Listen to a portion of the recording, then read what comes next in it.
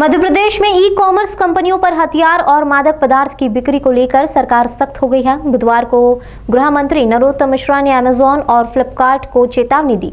गृह मंत्री ने कहा कि जबलपुर प्रशासन ने फ्लिपकार्ट कंपनी को चाकू और अन्य आपत्तिजनक सामान स्क्रीन से हटाने के आदेश दिए हैं। संभवतः उन्होंने हटा दिया होगा।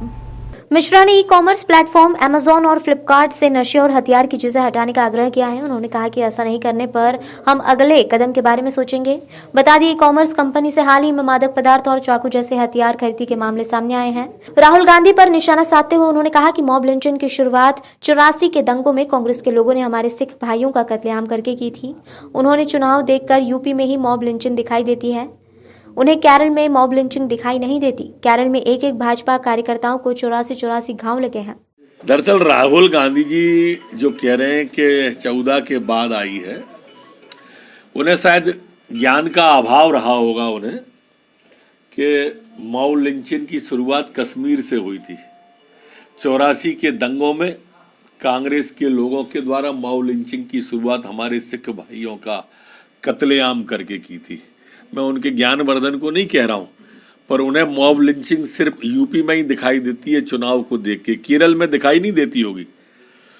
केरल में एक एक कार्यकर्ता के 84 घाव लगे हुए हैं, छेद कर दी, पूरी छलनी बना दिया शरीर को। केरल के बारे में ये नहीं बोलेंगे। यही तो इनकी तुष्टीकरण की राजनीति है और इसी का परिणाम कांग्रेस भोग रही है और आगे भी भोगेगी। गृह मंत्री ने कहा कि मुख्यमंत्री शिवराज सिंह ने मंगलवार को साफ कह दिया है कि बिना ओबीसी आरक्षण के हम चुनाव में नहीं जाएंगे। विधानसभा में स्थिति साफ हो गई, लेकिन इससे कोई संशय नहीं रह जाता है। मिश्रा ने बताया कि सार्वजनिक संपत्ति को नुकसान पहुंचाने वालों से वसूली वाला बिल आज विधानसभा में प्रस्तुत होगा। उन्होंने कहा कि संभवतः गुरुवार को उस पर चर्चा होगी। मध्य प्रदेश के अंदर 19 नए प्रकरण आए हैं, जबकि 25 लोग ठीक होकर अपने अपने घरों की ओर, अपने अपने गंतव्य की ओर गए।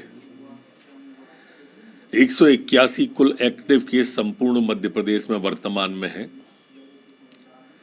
संक्रमण दर हमारी 0.003% है, जबकि रिकवरी दर हमारी अभी भी 98.6 पर स्थिर बनी हुई है।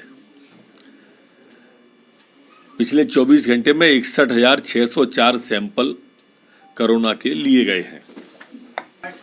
ये फ्लिपकार्ट कंपनी है या अमेजन कंपनी है जो ई कॉमर्स का प्लेटफॉर्म है। हमने जबलपुर में तो वर्तमान में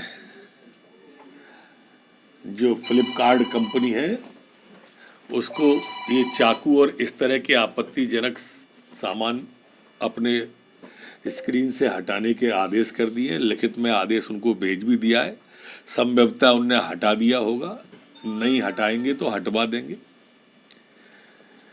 और संपूर्ण प्रदेश में अब मैं इस तरह की घातक चीजें, चाहे वो नशे से जुड़ी हुई हो, चाहे हथियार से जुड़ी हुई हो, अमेजन कंपनी हो या फ्लिपकार्ट कंपनी हो, इन सबको मैं आग्रह कर रहा हूं कि ये अपने अपने स्क्रीन से हटा दें, अन्यथा फिर हम अगली दिशा के बारे में सोचेंगे।